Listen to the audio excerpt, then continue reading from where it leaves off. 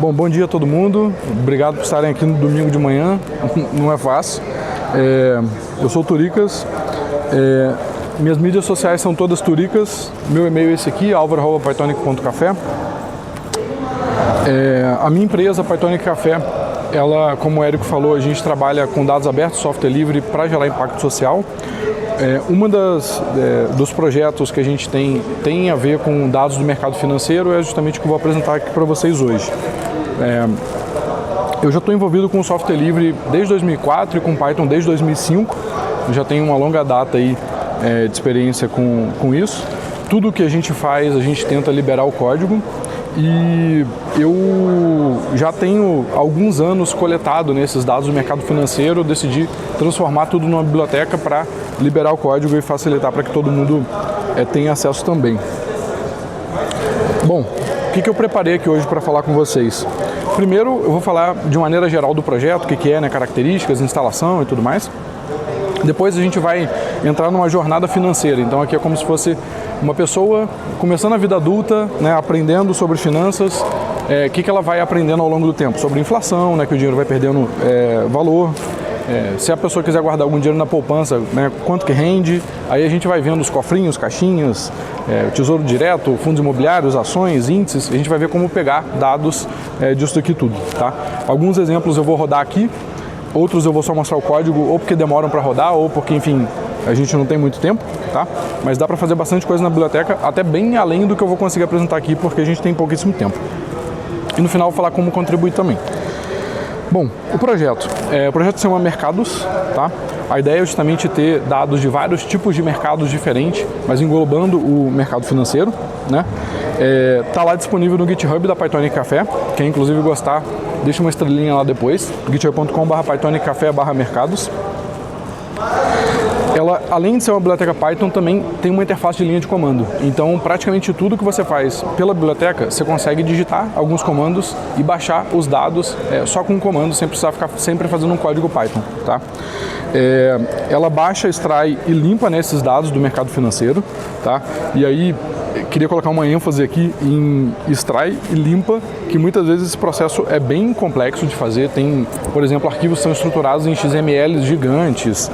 A parte de baixar também, às vezes a gente precisa fazer algum web scraping para conseguir chegar na informação.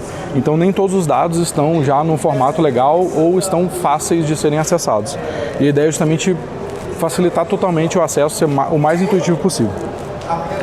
O objetivo geral, assim, da biblioteca, né, é ser a melhor, mais robusta e fácil opção para acessar esses dados do mercado financeiro e dados macroeconômicos também, que obviamente influenciam, né, no mercado financeiro, facilitando o controle social. Então, o mercado financeiro tem muito poder, né, econômico, e em geral quem tem acesso aos dados são grandes empresas, gestoras, né, que tem como contratar muita gente, tem muitas empresas que vendem dados, e o meu objetivo aqui foi dar acesso a mais pessoas, né, para que, por exemplo, uma pessoa que está começando um projeto novo, que quer pegar esses dados, seja para uso pessoal ou, enfim, para criar um produto, ela possa ter esse acesso gratuito e fácil.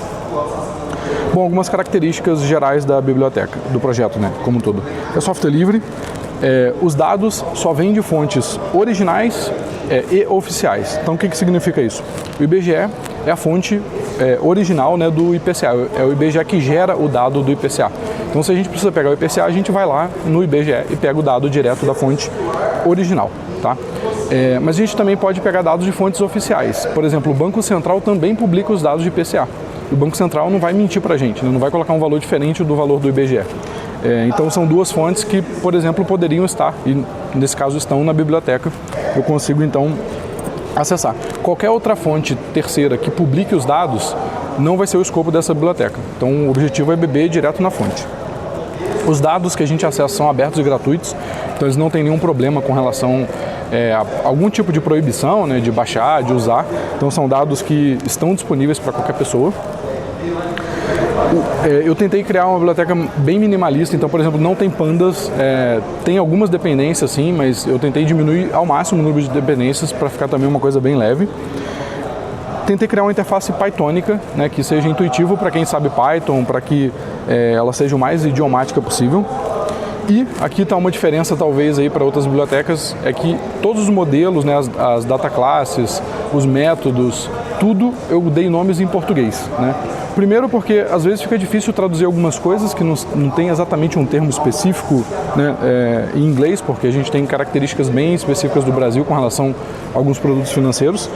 E segundo porque a biblioteca é feita para brasileiros, então se tiver algum gringo querendo pegar os dados financeiros daqui e usar a biblioteca, ele que aprenda português, não a gente que tem que aprender inglês.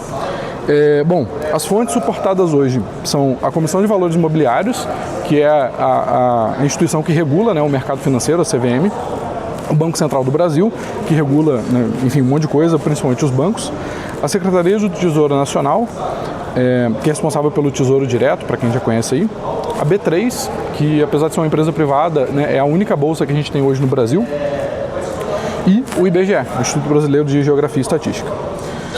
Bom, eu comecei essa biblioteca lá em 2022, né, e inicialmente era só para uso interno. Então eu tinha alguns pequenos scripts, eu fui juntando isso foi se tornando a biblioteca, né? O primeiro commit que eu lembro de ter feito no repositório Git foi em 2022. Depois eu fui evoluindo, né, transformando mesmo numa biblioteca, mas a primeira versão, a 0.1.0, eu publiquei só em 2024. Então, internamente eu acabava usando, no começo eu acabava usando muito para coisas pessoais, né, para acompanhar algumas coisas que eu investia e tudo mais. E aí depois, quando a gente começou a usar para valer em projetos com clientes e tudo mais, aí eu publiquei uma versão pública. Depois, em 2025, eu publiquei em maio a 0.2.0 e a 0.3.0 está em vias de sair. Tem algumas pequenas alterações que eu estou desenvolvendo ainda para, enfim, concluir o que eu planejei para essa versão e logo ela já sai. Eu fiz questão de explicitar isso aqui porque eu acho que é importante para quem estiver usando, é bom olhar no GitHub, porque lá vai ter o código mais novo, não necessariamente o que está lá no Python Package Index é o que tem mais novo, né? A gente usa hoje em 2 projetos da Python e Café e em breve a gente pretende também colocar esses dados lá no Brasil.io e aí quem quiser acessar, os dados já vão estar disponíveis direto no Brasil.io, não vai precisar nem rodar o código, né, da biblioteca e tudo mais. Bom, coloquei aqui esse slide sobre licença, que eu acho que é importante falar, porque muita gente não conhece sobre licenças de software, eu acho isso muito ruim e eu acho importante reforçar que a gente usa a LGPL, tá, que é a licença pública menor geral, né, do GNU. Eu queria destacar aqui código aberto, open source, não é a mesma coisa que software livre. E eu acho muito importante que todo mundo saiba a diferença disso, porque afinal a gente desenvolve software, acho que é importante a gente entender quais são os impactos das licenças que a gente adota. Por exemplo, BSD, MIT, na minha visão, não reforçam a liberdade do usuário por vários motivos. Mas enfim, isso é para outra palestra. O que você pode fazer? Você pode usar a biblioteca em projetos proprietários ou livres, não importa. Você pode modificar o código-fonte da biblioteca, se você quiser. Você pode distribuí-la de maneira original ou modificada, desde que, se você for distribuir, você tem que notificar o seu usuário, né, que a biblioteca está sendo usada ali e que ela está sob a GPL, e você tem que fornecer também uma cópia da LGPL. Você não pode restringir a liberdade do usuário, né, de modificar a biblioteca e você não pode distribuí-la, seja original ou modificada, sem fornecer o código-fonte. E também você não pode incorporar partes significativas da biblioteca no seu código sem informar e fornecer a licença, tá? Ou seja, você vai poder criar o seu produto fechado do jeito que você quiser, mas você precisa destacar isso aqui, tá? Ela não restringe, não obriga que você só faça software livre com ela, mas se você fizer modificações e tudo, você também precisa devolver de alguma forma isso, tá? Bom, para instalar pip install mercados, o IBGE especificamente precisa de dependências a mais, porque os dados estão em planilhas do Excel e tal, então, enfim, vou precisar instalar mais bibliotecas, aí pip install mercados colchetes IBGE. Mas quem quiser acessar lá direto do GitHub, é só pegar o branch develop. Aqui não ficou muito legal tudo, mas é pip install e a URL lá do GitHub que tem o archive do develop.zip, tá? Essa é a versão recomendada até que eu lance a 0.3.0, que eu pretendo fazer nos próximos dias. Bom, vamos começar então a jornada financeira, né? Então, uma pessoa quando chega na idade adulta, ela vai aprendendo, acho que várias coisas sobre dinheiro, né? A gente vai errando, né? Vai se ferrando um pouquinho e com o tempo a gente vai aprendendo. Mas uma coisa que eu, antes de começar a falar desse aprendizado, né, e de como a gente acessa esses dados, eu queria destacar aqui que eu vou mostrar alguns exemplos de ativos, né, que são produtos financeiros, e eles não são recomendação de compra ou venda, tá? É importante que vocês saibam que isso aqui é só um exemplo, né, educativo, enfim, ilustrativo, e que os seus investimentos são responsabilidade sua. Então, independente de eu falar mal ou bem de alguma coisa aqui, enfim, ou qualquer adjetivo, só invista no que você analisou, no que você conhece, no que você confia, tá? Afinal, é o seu dinheiro, não o meu. Uma coisa importante também, rentabilidade passada não é garantia de rentabilidade futura. A rentabilidade de vários investimentos varia muito ao longo do tempo, então não quer dizer que um investimento muito bom no passado vai continuar sendo bom no futuro, tá? Novamente, a diligência cabe a você que está investindo o seu dinheiro. Bom, vamos começar então falando sobre a inflação. Eu acho que uma das coisas muito tristes da vida adulta, quando a gente aprende, né, que o dinheiro perde valor com o tempo. E os nossos gastos acabam aumentando, né, com isso, não só porque a gente tende a também consumir mais, né, de alguma forma ter uma vida mais confortável, né, mas a gente também precisa se programar para entender, né, quanto que a gente está gastando a mais, seja por conta da inflação ou porque a gente realmente está subindo o patamar de vida. Então, o aumento médio dos preços é chamado de inflação. E aí, aqui eu acho que um ponto interessante para entender é que inflação é uma média de um monte de coisas, certo? E aí tem um número lá percentual por mês, né? Mas é interessante entender de onde que vem esse número. Por exemplo, existem vários índices diferentes de inflação. A gente vai falar aqui do IPCA, mas tem índices setoriais, por exemplo, que dependendo, se você, por exemplo, gasta muito mais com transporte do que com uma outra coisa, talvez faça mais sentido você não olhar para a inflação geral e ir para uma outra inflação que tem um peso maior, por exemplo, com o transporte, tá? Bom, o IPCA, que é o Índice de Preços ao Consumidor Amplo, ele é gerado, né, pelo IBGE. Ele é o principal indicador oficial, né, de inflação do Brasil. Como eu falei, existem outros índices e aí cada indústria, empresa vai usar índices diferentes dependendo do caso, tá? Tem, por exemplo, o IGPM, que antigamente era muito usado em imóveis, mas na pandemia, enfim, foi um tiro no pé porque ele cresceu muito por conta do dólar e tal. Mas enfim, a gente vai focar aqui no IPCA. O IPCA, basicamente, ele é uma média de uma cesta de produtos e serviços que, enfim, o IBGE mede esses preços, né, no Brasil inteiro, que são consumidos por famílias com renda entre 1 e 40 salários mínimos. Então, se você tem uma renda menor que um salário mínimo ou maior que 40 salários mínimos, provavelmente o IPCA não te representa muito bem. E como a gente está, de certa forma, privilegiado economicamente com relação às outras pessoas do Brasil, né? A média de salários, por exemplo, de programadores é maior do que a média de salário geral do Brasil, então provavelmente o IPCA também não te representa tanto. Tá? Isso acho que é um ponto importante porque, enfim, provavelmente você vai gastar mais com alimentação do que uma pessoa que está mais na média do IPCA. Tá? Mas isso não quer dizer que o número não seja válido, é mais para vocês entenderem de onde vem esse número. Bom, eu não vou ficar falando muito aqui sobre essas definições, porque depois vocês podem pesquisar. Mas vamos para o código. Para pegar os dados do IPCA, basta importar aqui a biblioteca. Então tem um módulo chamado IBGE lá dentro da biblioteca. Tem uma classe chamada IBGE.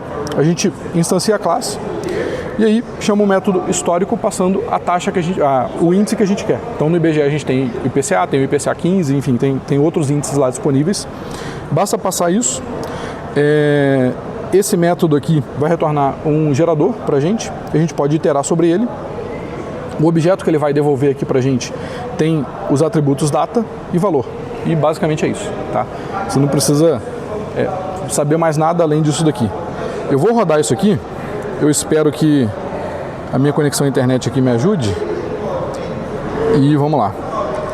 Só para vocês verem o resultado. Opa! Eu não instalei a dependência que precisava. Desculpa aí, gente. Eu fiz a configuração no outro computador. Pronto. Então, vamos lá. Tem muita coisa aqui que foi mostrada na tela. A gente tem lá o primeiro valor, R$100, né? Em dezembro de 93. Dezembro de 93 nem tinha real ainda, né? Mas eles fizeram para trás o ajuste. E imagina que você tinha R$100 em dezembro de 93. Em janeiro de 94, esse valor já era R$141, ou seja, teve uma inflação grande, né, de dezembro para janeiro. Tá? E esse valor vai aumentando e se acumulando ao longo do tempo. A gente consegue já ver aqui que o Brasil tinha uma inflação muito grande. Né? Isso aqui está bem longe ainda dos períodos de hiperinflação, que já foi até bem mais do que isso. Né? Hoje a inflação é bem mais estável, mas vocês podem ver que começou com R$100 lá em 94 E hoje esse número está em 7.359, tá? Então o equivalente, né, a R$100 lá atrás é hoje 7.359, tá? Inclusive teve uma época que o salário mínimo era R$100, né? Hoje o salário mínimo é bem mais do que R$1.000. Então, só para vocês terem uma ideia, né, da diferença. E como é que eu faço para ajustar, por exemplo, os valores pela inflação? Deixa eu pegar aqui um código de exemplo, que eu acho que vai ficar mais fácil. Então, se eu pegar essa taxa que ele me dá ali e dividir, por exemplo, eu quero saber quanto foi a inflação do começo do ano passado até hoje, ou até o último mês, né? Basta eu pegar aqueles valores ali para esses 2 meses, dividir um pelo outro e eu encontro uma taxa, né, uma variação, e aí basta multiplicar o valor e eu tenho o ajuste. Então aqui, eu coloquei aqui o valor de R$1.000, para ser no início de 2020, o IPCA sempre sai de acordo com o dia 15, tá, de cada mês, então 15 de janeiro de 2020. O fim eu coloquei aqui em setembro de 2025. E aí a variação é basicamente a inflação, né, do fim dividido pela inflação do início, certo? Aquela taxa ali uma sobre a outra. O valor ajustado é só multiplicar a variação pelo valor. E aí eu fiz 2 contas aqui, né? R$100 em janeiro de 2020, hoje valem R$1.380. Eita, saiu dali? Voltou. Obrigado. Valeu, gente. Então, R$1.000, desculpa, eu falei 100. Em janeiro de 2020, hoje, corrigindo pela inflação, R$1.380. E R$1.000 hoje, lá em janeiro de 2020, eram R$724, tá? Então com isso a gente consegue facilmente já fazer aqui. Se a gente pegar o objeto taxa, que é o que vem naquele for ali, né, do generator ali daquele método, é uma data class que tem basicamente 2 campos, a data, né, e o valor, que já é um decimal, tá? A data já é um datetime.date. Então já está tudo bonitinho, transformado, tudo certinho, para justamente a gente não perder tempo. Beleza. Aqui eu coloquei só um exemplo da saída lá do programa, caso a internet não funcionasse, enfim. Como eu falei com vocês, tem também uma interface de linha de comando. Então, se a gente rodar... Eita!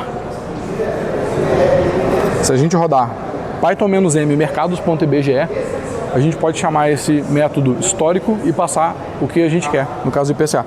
Eu vou rodar aqui para vocês, eu não vou ficar rodando todas as interfaces de linha de comando de todas as funcionalidades, porque, enfim, é tudo meio análogo, tá? O que eu vou fazer no código, o que está na interface de linha de comando. Mas só para vocês entenderem como é que funciona. Então vou rodar aqui, ó, e ele cospe uma tabelinha aqui, que já está em Markdown, inclusive. Se você quiser jogar isso aqui pro arquivo IPCA.md, já consegue renderizar Markdown, tá? E dá para trocar também. Você consegue, por exemplo, eu não quero em Markdown, eu quero em CSV. Beleza, você pode passar aqui "-f" maiúsculo ou "-" formato CSV e ele já joga para CSV. Você pode passar também uma data de corte, uma data inicial e uma data final, tá? Então, enfim, tem várias opções. Depois roda lá o "-help", tanto no módulo IBGE quanto no histórico, né, que enfim é um subcomando, tá? E isso vale para a biblioteca inteira, tá? Todos os módulos têm essa interface de linha de comando. E aí, novamente, eu não vou ficar falando dela aqui, nem vou mostrar mais exemplo, porque é mais ou menos tudo análogo ao que eu vou mostrar no código. Bom, beleza. Depois que você entende um pouco da inflação, e aí você pensa, pô, então eu preciso guardar algum dinheiro, né? Não dá para eu gastar todo o dinheiro que eu ganho. E vou, então, sei lá, juntar e colocar o dinheiro na poupança. A poupança é o primeiro investimento de muitos brasileiros, né? Alguém aqui sabe quanto rende a poupança? Não assim o valor exato, mas de onde vem a regra? Levanta a mão. É legal. Algumas pessoas. Bom, basicamente na poupança você empresta dinheiro para o banco, ele te paga, né, um valor, que é esse valor que eu vou mostrar para vocês, como que a gente pega. O dinheiro é usado principalmente para financiamento imobiliário, mas não só, né? Então, a galera que entra lá no financiamento da Caixa, né, para, enfim, comprar um imóvel com esse dinheiro, né, da poupança da galera. E uma coisa interessante aqui, que é diferente até dos outros investimentos, é que ele só rende no aniversário. Então, só quando vira o mesmo dia do mês lá que você depositou o dinheiro, né, se eu depositei no dia 20 do mês passado, no dia 20 desse mês é só que eu vou ganhar um rendimento. Se eu deixar até o dia 19, eu não ganho dinheiro nenhum. Eu tiro só o valor que eu coloquei e não ganho nada. Diferente de outros investimentos, né, que rendem todo dia útil. É um investimento isento de imposto de renda, caso você não tenha mais de R$200 mil de rendimento isento no ano, tá? E ela tem uma cobertura também do Fundo Garantidor de Crédito. Eu depois vou disponibilizar os slides para vocês. Tem link para isso aqui tudo, quem quiser saber mais, eu não vou... Enfim, isso aqui não é um curso de finanças pessoais, né? Mas só para contextualizar todo mundo, né? Então, se por exemplo o banco que você colocou lá o dinheiro da poupança falir, você consegue até R$250 mil, o fundo garantidor garante que ele vai, enfim, te devolver. Bom, quanto rende a poupança? Segundo essa lei aqui de 2012, se a taxa Selic for maior do que 8,5% ao ano, a poupança, então o valor mensal dela rende 0,5% mais a taxa referencial mensalizada. Já vamos destrinchar isso aí. Se não, a poupança rende 70% da Selic mensalizada, tá? Tá, mas o que é Selic? O que é taxa referencial anualizada, mensalizada? O que é isso, né? Não vou ter muito tempo para explicar tudo, tá? Mas entenda que a Selic e a TR são taxas que a gente tem o valor por ano. E para transformar aquilo no mês, você tem que fazer uma continha, né? Dado que no ano rende uma coisa, no mês vai render outra coisa, tá? A Selic é a taxa básica de juros, que enfim é definida pelo Copom a cada 45 dias, TR é a taxa referencial, e ambas são expressas em valores percentuais ao ano. Então, 15% ao ano é o valor da Selic atual. Se eu quiser saber a Selic por mês, é só dividir por 12, certo? Não. Não é tão simples assim. A gente está falando aqui de juros compostos. Então, enfim, não vou entrar na matemática financeira, tá? Quem quiser depois procurar sobre isso, basicamente procurar a diferença de juros simples para compostos, mas a taxa ao mês é essa continha aqui. A gente precisa elevar, na verdade, tirar a raiz quadrada, né, de 1 dividido por 12, tá? E aí, 15% ao ano, então, equivale a mais ou menos 1,17% ao mês, tá? Diferente daquele valor de 15 dividido por 12, que daria 1,25, se fosse juros simples, tá? Beleza. Então, colocando em código, o cálculo da poupança é esse aqui. Se a Selic do ano for maior do que 0,085, que é 8,5%, né? Então, eu pego lá a TR ao mês, né? E somo com 0,5%. Se não, aí eu pego a Selic ao mês e multiplico por 0,7, que é 70% da Selic, certo? Bom, então vamos fazer isso. Vamos pegar aqui o arquivo Python que eu criei para a gente ver como que a gente faz isso. Então, eu estou importando aqui os dados do Banco Central, tá? O Banco Central é que vai fornecer esses dados da Selic e da TR para a gente. Eu instancio aqui aquela classe. Eu crio uma data inicial, né, para eu, enfim, começar a pegar os dados da poupança, então vai ser 1º de janeiro de 2020. Daí, aqui, deixa eu ver se eu consigo deixar isso aqui para baixo, só para ficar um pouco melhor para vocês verem. Eu não queria diminuir a fonte. Então aqui, ó, eu criei um dicionáriozinho que tem para cada data o valor da taxa naquele momento e eu chamo lá o método série temporal, passando o TR para ele. Ou seja, eu vou usar o sistema de séries temporais do Banco Central, que tem séries temporais de várias coisas, né? E nesse caso eu vou pegar a TR a partir dessa data de início ali. Aqui nesse início eu estou passando uma string, nesse formato aqui, mas poderia ser um datetime.date também, tá? Beleza. Daí aqui eu pego a Selic meta, que é a Selic, digamos, o valor anual dela, tá? E aqui eu faço aquelas continhas que eu não vou entrar nesses detalhes, não vou ficar explicando linha a linha, porque enfim, eu acho que tem outras coisas melhores para mostrar para vocês. No final, eu salvo tudo isso numa lista de dicionários, que eu chamei aqui de dados, tá?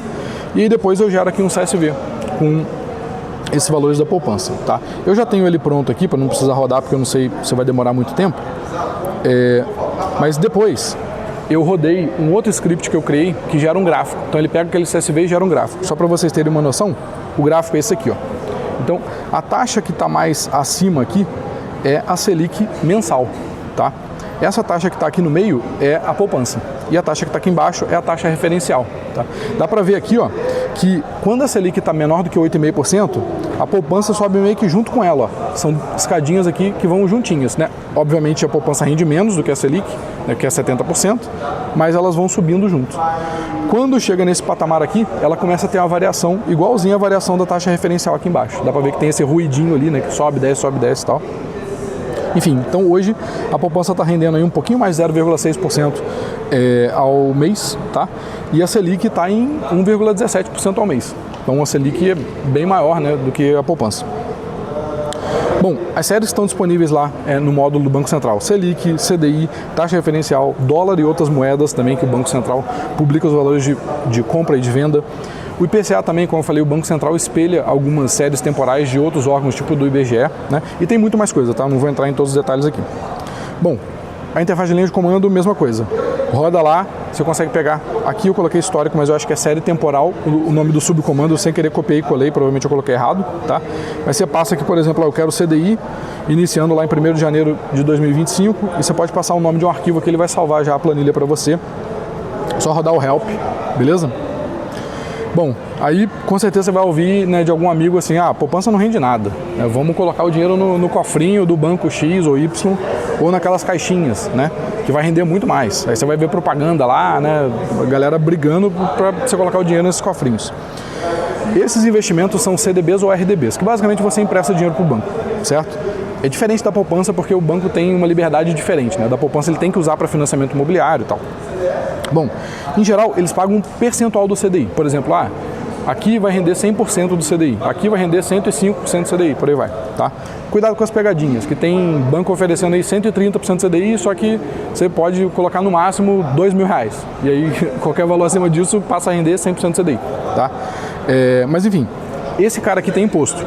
Então é um pouco diferente, já você precisa começar a fazer algumas continhas que não é exatamente o rendimento de 100% do CDI. Você vai ter que pagar imposto sobre isso, né? No primeiro mês, nos primeiros 30 dias, você paga IOF e depois você vai pagando um imposto de renda regressivo, tá? Hoje, isso está para mudar, mas hoje, se você deixar esse investimento por mais de 2 anos, você vai pagar 15% de imposto de renda sobre o seu lucro. Mas enfim, isso daí também é papo para outra hora. Essa é uma boa opção, né, se você escolher um CDB de um banco grande, né, que em geral é algo relativamente conservador, né, e não tem muito risco, tá? O CDI, para quem não sabe, é a Selic menos 0,10% ao ano. Então hoje o CDI está 14,9% ao ano, tá? E vocês conseguem pegar lá, naquele módulo do Banco Central também, os dados do CDI. Bom, mas por que não emprestar para o governo, né? Afinal, é o governo que imprime as notas de real e não o banco, né? Então você pode usar o Tesouro Direto, que é justamente isso, né? Uma forma de você emprestar dinheiro para financiar os gastos do governo e ele te devolve depois com correções. Então você compra, né, um título do Tesouro Nacional, o Tesouro te paga o valor desse título no vencimento com a correção que foi combinada no momento da compra. Então você pode, por exemplo, comprar o Tesouro Selic, e o combinado do Tesouro Selic é aqui. Se você comprou por, sei lá, X reais, R$1.000, né, e vai vencer daqui a 2 anos, daqui a 2 anos ele vai corrigir esses R$1.000 todos os dias pelo valor, né, pela variação da Selic até lá, tá? Óbvio que se a Selic cair de 15% para 14% ao ano, ou subir para 20% ao ano, você vai, né, ter essa queda ou essa subida, né, do ajuste do seu título, tá? Mas enfim, é um valor que já é pré-acordado, né? Tem o pré-fixado, que é um valor fixo mesmo, tipo, é 12% ao ano. Se a Selic for para 20, para 30, para 100, para 2, para menos 1, não importa, você vai ganhar 12% ao ano, tá? E tem o IPCA+, que ele vai te pagar o IPCA daquele período mais alguma coisa. Então, tipo, é IPCA mais 6% ao ano. Você vai ganhar 6% fixo mais o IPCA daquela época. Se foi, digamos, 4% no ano, naquele ano você vai ganhar 10%, 6 mais 4, tá? Enfim, não vou entrar em muitos detalhes aqui, porque, novamente, a ideia não é fazer um curso aqui sobre finanças pessoais. Esse investimento em geral é feito por meio de corretoras, tá? E você precisa, ou no seu próprio banco tem lá, né, uma forma de investir, porque os bancos em geral, os bancos grandes têm corretoras, mas você pode, né, abrir uma conta num banco que é mais focado só nessa parte mesmo de investimentos. Bom, a gente tem um módulo ali, acho que eu vou abrir pelo Vim aqui. Já acabou? Eita nós! Vou ter que dar uma acelerada aqui. Títulos Tesouro. Ó, você pega lá do módulo STN, a classe Tesouro, faz a instanciação. Eu peguei aqui só os títulos de semana passada até hoje, tá? E aí coloquei aqui numa... Isso aqui não precisa. Fiz lá a iteração e eu só verifico. Se por acaso a data, né, em que o título foi negociado está entre a semana passada e hoje, eu mostro aqui na tela isso aqui, tá? Isso aqui provavelmente vai demorar, porque esse aqui é um pouquinho mais pesado. Eu vou deixar ele rodando aqui, depois eu mostro para vocês. Vamos lá, então também é bem simples. Percebam que tudo é meio que direto ao ponto, tá? Aqui eu coloquei o resultado já para, enfim, provavelmente vai demorar para rodar ali, mas basicamente, ó, no dia 20 de outubro, o Tesouro IPCA+, que vence em 2026, foi negociado a R$ 4.212. É o valor do título inteiro, né? Você compra aquele título e vai ser ajustado pelo IPCA mais uma taxa. Bom, vamos lá. Isso tudo que eu estou falando aqui é renda fixa. Renda fixa é basicamente você empresta dinheiro para alguém, seja para um banco, seja para o próprio governo, tá? O seu risco é calote, né? Então, se você emprestar para um banco pequeno que pode ir à falência, você, né, pode tomar um calote e não receber o seu dinheiro de volta. Já a renda variável é como se você tivesse um empreendimento, como se você estivesse apostando no negócio. Você tem um risco bem maior, né? Então o risco é o do negócio. Se você investe, por exemplo, numa padaria, se a padaria não der certo, né, por conta do mercado de pães daquela região, sei lá, que a padaria está, você tem esse risco, né, do negócio ir mal e você não ter lucro e ter prejuízo, tá? Só invista se você tiver uma reserva de emergência em renda variável, beleza? E, em geral, a gente negocia renda variável na Bolsa de Valores. Então, cada ação de empresa, né, cada partezinha de uma empresa, de fundos que estão listados na Bolsa, eles vão ter um código, tipo ITSA4 para Itaúsa, Vale 3 para Vale, XPML para o fundo imobiliário XPMOLs, IFRA 11 para um fundo de infraestrutura do Itaú e por aí vai. Bom, antes de investir é importante, né, aprender e analisar qual é o risco, né, qual é o retorno e qual é a liquidez desse negócio, porque tem investimento que você não pode tirar o dinheiro no dia seguinte, caso você precise, tá? Então tomem cuidado com isso. Mas vamos lá, vamos falar de fundo de investimento imobiliário agora para já ir concluindo a palestra. Imagina que você junta uma galera, todo mundo coloca ali quanto dinheiro puder, né? E aí vocês contratam uma pessoa capacitada, né, que tem certificação para poder fazer a gestão desse dinheiro. E essa pessoa vai lá e compra imóveis. E com o dinheiro do aluguel desses imóveis, cada um recebe proporcionalmente um aluguel mensal ali sobre isso. Isso basicamente é um fundo imobiliário, tá? E você pode comprar as cotas na bolsa começando a partir de mais ou menos R$10 por mês. Por mês não, desculpa, por cota, tá? Então você comprou ali uma cota, óbvio que R$10 você vai ter um aluguel pequenininho, você vai ganhar tipo 10 centavos por mês de aluguel sobre aqueles R$10, tá? Mas você pode ir comprando de pouco em pouco. Você não precisa, por exemplo, juntar sei lá, R$300 mil para comprar um apartamento para colocar para alugar, né? Você com R$10 você já consegue começar a investir. Tem fundos de diversos setores, por exemplo, shopping center, escritório, galpões logísticos, residencial, um monte de coisa. Aqui eu coloquei um exemplo do XPMOLs, que é um fundo de shoppings. Eles são donos de vários shoppings, são dezenas de shoppings. Tem um sistema chamado Fundos Net, que é onde os fundos são obrigados a publicar os dados. Os documentos são em XML. Desculpa, gente. Deixa eu beber um pouquinho d'água.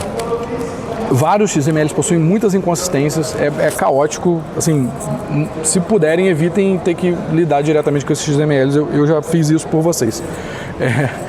Nesse exemplo aqui, eu usei a API, né, do Fundosnet, em que tem lá os metadados desses documentos, para poder baixar o XML e transformar, para poder pegar os relatórios do fundo, que ele diz, por exemplo, quantos cotistas tem nesse fundo, né? Quantas pessoas foram lá e compraram as cotas. Eu não vou mostrar o código aqui porque a gente já está com o tempo avançado, mas isso daqui está junto dos slides lá no meu GitHub, tá? Vocês podem depois olhar o código todo aqui. E eu gerei um gráfico também. Então aqui, por exemplo, a gente tem o gráfico de quantidade de cotistas. Ó. Lá em 2018 estava bem baixo aqui, perto do zero. Percebam que subiu bastante aqui, né? Até 2020, mais ou menos. Depois deu uma estabilizada, depois subiu mais e agora está perto aqui dos 600 mil cotistas. Então tem em torno de 600 mil pessoas, físicas e jurídicas, mas mais pessoas físicas, que tem pelo menos uma cota desse fundo e todo mês ganham esse aluguel ali. E os fundos também são obrigados a informar os rendimentos. Então, por exemplo, sempre que o fundo fala, ó, eu vou pagar o aluguel, né, de tantos centavos, né, por cota, ele precisa registrar esse documento no Fundosnet, é um XML que vai lá também todo tosco lá, e aí você consegue pegar isso pela biblioteca. Tá? Eu coloquei aqui um link de exemplo, caso vocês queiram ver o XML como é que é, depois podem pegar o slide, mas só para mostrar bem rapidinho aqui, eu vou abrir aqui esses rendimentos do XPML ali para vocês verem como é que é o código. Esse é um código um pouquinho mais complicado, mas também assim, bem mais fácil do que ter que lidar com o XML, tá? Então aqui, ó, eu chamo lá a busca e eu quero o tipo de documento, rendimentos e amortizações. Eu passo o CNPJ do fundo para filtrar e eu não pegar todos os documentos. Aí depois eu tenho que baixar o XML aqui, porque cada documento desses só vem os metadados, eu tenho que baixar o arquivo. E aí depois eu chamo aqui essa classe, que já vai fazer o parsing do XML, vai me retornar uma data class bonitinha. E aí eu posso usar, por exemplo, informe.datapagamento e, enfim, outros campos que já tem ali que já estão bonitinhos. Então Então é tudo bem tranquilo. Vocês vendo que em 13 linhas aqui eu consigo pegar, por exemplo, os rendimentos ali do fundo, os rendimentos históricos. Aqui tem um exemplo dos rendimentos. Ó. Percebam que na pandemia caiu pra caramba, porque shopping, né, ficou fechado. Depois foi subindo com muita variação, né, mas dá pra ver que no longo prazo vai subindo ali. Bom, pregão eletrônico da B3. Na B3 é que são negociados esses fundos e ações e por aí vai. Tem muita coisa, não vai dar para falar de tudo aqui, mas basicamente no módulo da B3 vocês conseguem também ver isso. É o maior módulo da biblioteca hoje, tá? E dá para você pegar, por exemplo, valores históricos. Quanto que estava uma cota do XPML lá em janeiro de 2020? Você consegue pegar quanto que está ontem, anteontem e por aí vai, tá? Você consegue pegar os preços de abertura, máximo, mínimo, fechamento, enfim, volume, quantidade de transações, né? Tem um exemplo aqui também que depois vocês podem ver, tá? Novamente eu não vou mostrar tudo. E eu gerei também um gráfico aqui só para vocês terem uma ideia. Essas daqui são as cotações do XPML desde o começo desse ano. Então, aqui ó, você poderia ter comprado uma cota a R$ 98,00, a R$ 106,00 e hoje está 104, tá? Independente de qual preço que você pagou na cota, você vai recebendo aquele rendimento todo mês. Bom, tem muito dado disponível da B3, tá? Eu não vou entrar em detalhes aqui porque, enfim, é muita coisa, é relativamente complexo falar disso tudo. Mas você consegue também pegar, além dos dados dos ativos, os dados de índices, que são tipo carteiras teóricas, né? Tipo, vamos pegar as maiores empresas da bolsa e criar aqui uma carteira em que cada uma vai ter um percentual e isso vira um índice, tipo o índice Bovespa, né? Que o Bonner fala lá, o Bovespa subiu 1,3% hoje. É tipo isso, é um conjunto teórico, né? E você consegue pegar os valores de índices também aqui, ali dentro do módulo da B3, tá? Coloquei um exemplo aqui também para depois vocês darem uma olhada, para quem quiser. Tem um gráfico também, aqui é um índice de fundos imobiliários. E eu só tenho 1 minuto, ó, deu para ver que subiu bastante, tá vendo? Ao longo do tempo, com quedas, óbvio, mas subindo. Tem os ETFs também, que não vai dar tempo de eu falar, porque o Érico já vai puxar minha orelha. E tem várias coisas que vocês conseguem baixar também da CVM, onde, por exemplo, as empresas estão listadas na bolsa, tem que publicar, né, os documentos fato relevantes, né, e por aí vai. Balancete de fundo de investimento, caso você queira, em vez de investir, comprar a ação diretamente, comprar um fundo de ações, né, que tem um gestor que vai investir nas ações, você consegue fazer isso. Enfim, para finalizar, como contribuir com a biblioteca. Faz um clone lá do repositório, entra, dá uma lida no contributing.md, dá um grep em to do, tem muita coisa. E se quiser trocar uma ideia, entra lá no grupo do Telegram, Pai Café Mercados. E é isso. Obrigado, gente.